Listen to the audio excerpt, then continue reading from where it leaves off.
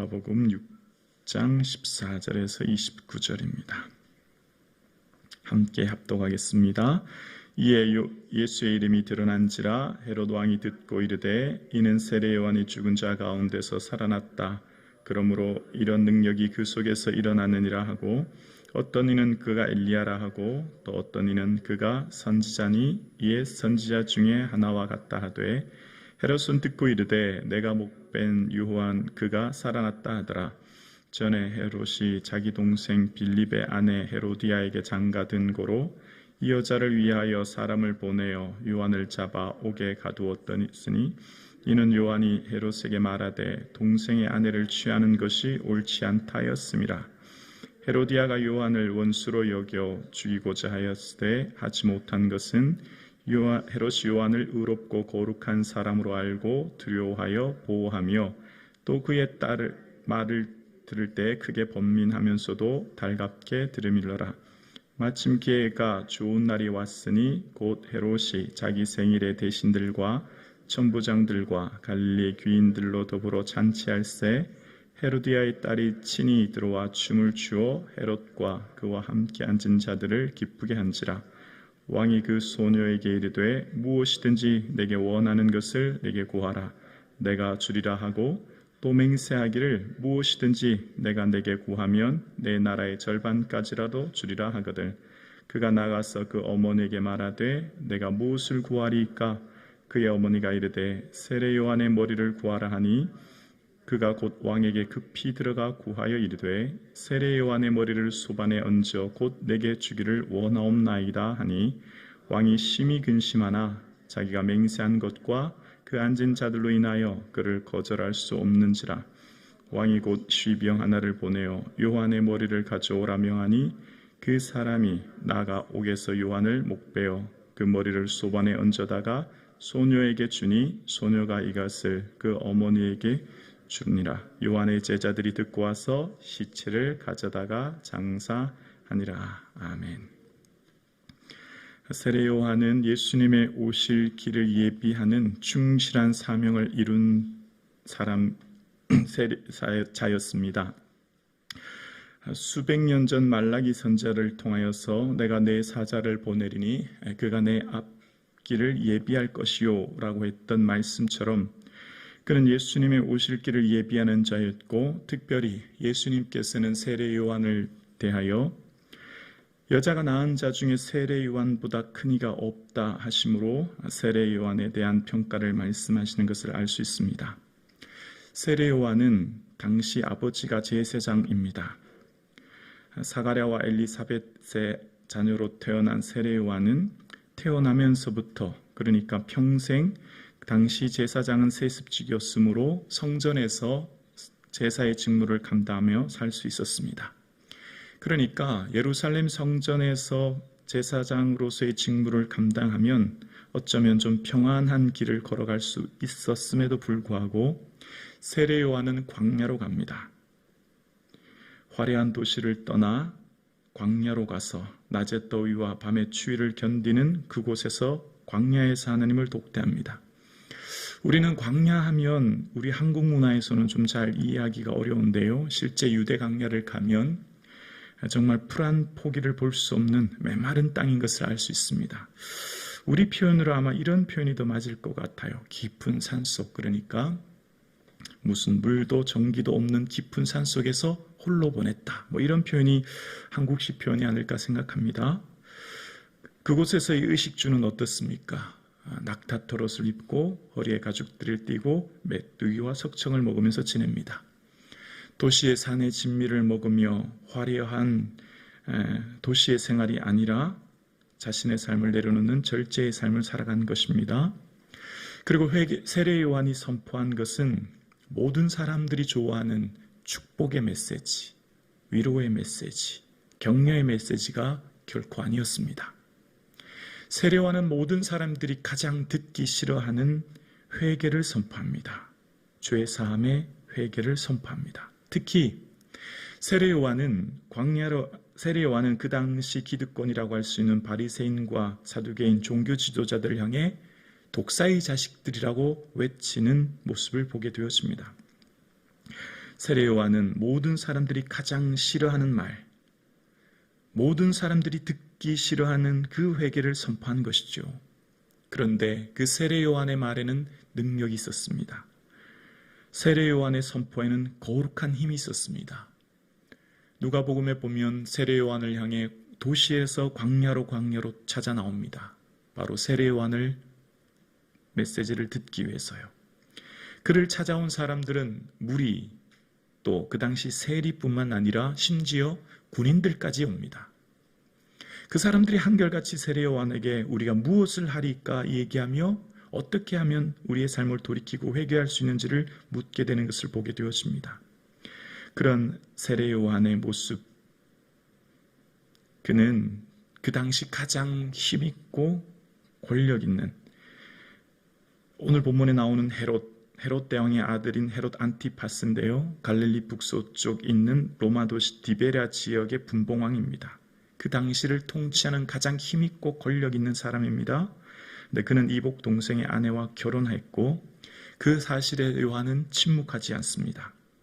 과감하게 그 잘못을 지적하고 그것을 통하여 하나님 말씀을 선포합니다.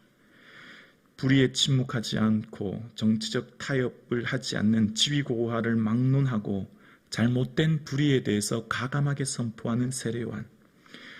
어쩌면 세례 요한이 헤롯 왕에 대해서 침묵했다라면 오늘처럼 비참한 참수형은 당하지 않았을 것입니다.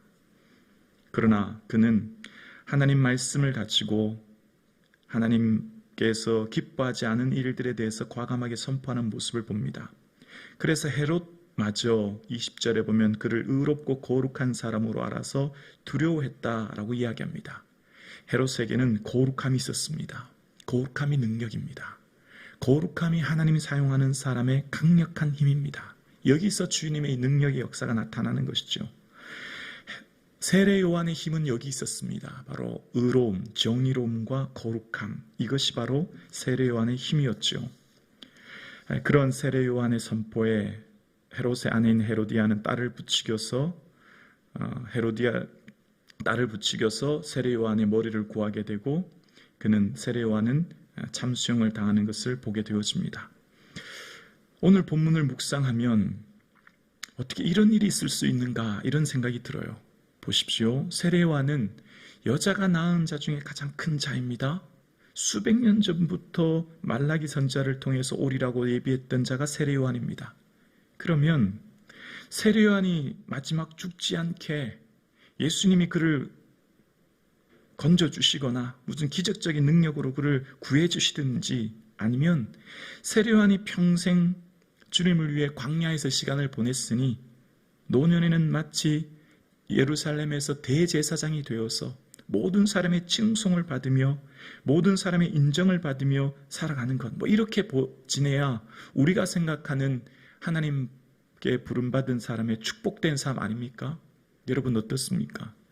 우리가 생각할 때의 이 땅의 축복은 무엇입니까? 평생 주를 위해 40년, 50년 수고했으면 그 말년에는 건강하고 자녀들이 잘 되고 모든 일이 형통하는 것 아니냐고요.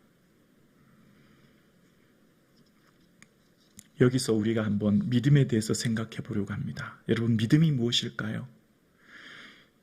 믿음이 없이는 하나님을 기쁘시게 하지 못하나니 하나님께 나아간 자는 반드시 그가 계신 것과 그가 자기를 찾는 자들에게 상 주시는 이심을 믿어야 할지니라 라고 히브리서 11장 6절에 말합니다. 믿음이라고 하는 것, 그것은 하나님이 기쁘시게 하는 것인데 그것은 두 가지가 필요하다는 거예요. 하나님이 계시다고 하는 것, 하나님이 온 우주 만물을 통치하고 계시다는 것이에요.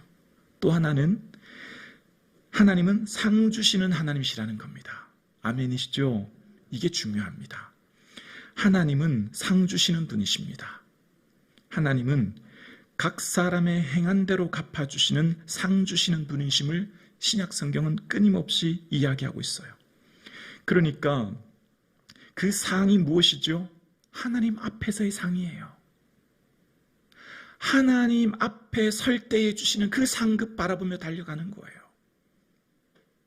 그래서 히브리서 11장의 믿음의 성도들은 어떤 이는 조롱과 채찍질과 결박과 옥에 갇히는 시련을 받으면서 돌로 치는 곳과 톱으로 켜는 곳과 시험과 칼로 죽임당하는 것과 양과 염소의 가죽을 입고 유리하여 궁핍과 환난과 학대를 받았으니, 왜 이런 고난 받았죠? 상급 바라보기 때문이에요. 어디에서 상급이에요? 하나님 앞에서 상급이에요. 하나님 앞에서 상급을 바라보기 때문에 채찍질, 결박, 옥에 갇히는 것, 칼에 죽인 것, 당하는 것 다 견뎌내는 거예요. 그래서 세상이 감당치 못할 믿음의 사람으로 살아가는 거예요. 이것이 바로 믿음인 거예요. 믿음은 하나님 앞에서의 상급을 바라보는 거예요. 하나님 앞에서의 주실 그 은혜를 바라보는 거예요. 그래서 바울은 가이사 앞에 서야 되겠다 할 때 그 가이사가 누굽니까? 네로 황제예요. 바울은 결국 그 네로 황제에게 참수형당해요. 여러분, 세상적인 관점으로 보세요. 하나님이 예비한 세례 요한, 사도 바울 얼마나 위대한 주의 종들입니까? 그럼 그 말년에 모든 사람들의 칭송을 받고 인정을 받는 부와 명예와 영광을 누려야 되지 않겠습니까? 그런데 그렇지 않아요. 참수형으로 그 인생이 끝납니다. 우리가 생각할 때 도저히 이해되지 않지요. 그래서 사도 바울은 이야기하는 거예요. 우리는 속이는 자 같으나 참되고 무명한 자 같으나 유명한 자요, 죽는 자 같으나 보라 우리가 살고 징계를 받는 자 같으나 죽임을 당하지 아니하고 근심하는 자 같으나 항상 기뻐하고 가난한 자 같으나 많은 사람을 부유하게 하고 아무것도 없는 자 같으나 모든 것을 가진 자로다. 주님을 위해 모든 것을 잃어버린 것 같아요. 생명마저, 자신의 모든 것마저. 그런데 그것이 모든 것을 가진 자래요. 바로 예수 그리스도 앞에 있는 그 상급을 바라보았기 때문입니다. 여러분, 오늘날 우리가 간증하면 흔히 자수성가하는 분들이 많이 간증하죠.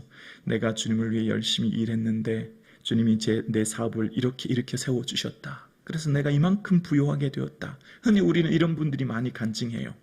맞습니다. 그것이 하나님의 은혜고 하나님 주신 축복이지요. 그런데 진정한 간증은 뭘까요? 내가 말씀대로 살았는데 실패와 어려움을 겪었습니다. 그러나 나는 믿음은 포기하지 않을 것입니다. 나는 그럼에도 불구하고 이 길을 걸어갈 것입니다. 이것이 간증이 되어야지 않겠습니까?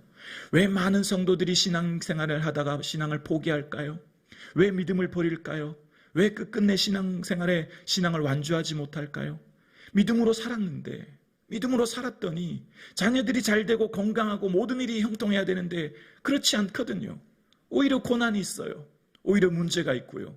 오히려 내 생활에 어려움이 그대로 있는 거예요. 그러니 많은 사람들이 더 이상 믿음의 길을 가지 않습니다. 믿음을 포기하지요. 근데 믿음의 길이 무엇입니까? 상 주신 하나님 바라보는 것입니다. 하나님 앞에서의 그 상을 바라보기 때문에 지금 이 땅에서의 고난과 어려움과 고난을 이겨내는 것입니다. 오늘 저와 여러분, 여러분의 삶에 무엇을 바라보며 오늘도 신앙생활 하십니까? 우리의 축복은 이 땅에 있지 않아요. 우리의 영광은 이 땅에 있지 않아요. 우리의 형통은 이 땅에 있지 않아요. 하나님 나라를 바라보며 소망하며 나아갈 수 있기를 주의 이름으로 축원합니다. 이것이 오늘 본문이 우리에게 말씀하시는 거예요. 하나님의 오실 길을 예비하며 광야에서 낙타 털옷을 입고 메뚜기와 석청을 먹으며 한평생을 절제하며 주님을 위해 살았던 세례 요한, 예수님께서 그토록 칭찬하며 여자가 낳은 자 중에 가장 큰 자인 세례 요한은 그의 인생 말년은 감옥에 갇히고 참수형이라고 하는 비참한 형으로 그의 삶을 끝나지만 그의 인생은 하나님께서 상 주실 인생으로 하나님 앞에서 영광을 살았던 것이고 그 길을 우리도 걸어가는 거예요. 그게 믿음의 길인 거예요. 그 길을 우리도 묵묵히 따라갈 수 있는 믿음의 삶을 살 수 있기를 주의 이름으로 축원합니다. 그렇습니다. 믿음은 하나님 앞에서의 상 주심을 바라보며 이 땅에서의 삶을 살아가는 거예요. 그래서 예수님이 말씀하셨지요. 사람에게 보이려고 그들 앞에서 너희 의를 행하지 않도록 주의해라. 그렇지 않으면 하늘에 계신 너희 아버지께 상을 받지 못하리라 말씀하십니다. 우리의 상은요, 사람 앞에서가 아니에요. 사람 보이려고 하는 게 아니에요. 사람을 의식하며 살아가는 게 아니에요. 오직 하나님 앞에서 내 모든 것 아시며 나의 모든 깊은 강구를 아시며 사람들이 나를 어찌 보든 상관없어요. 하나님 앞에서의 상을 바라보며 달려갈 수 있는 저와 여러분 되실 수 있기를 주의 이름으로 축원합니다.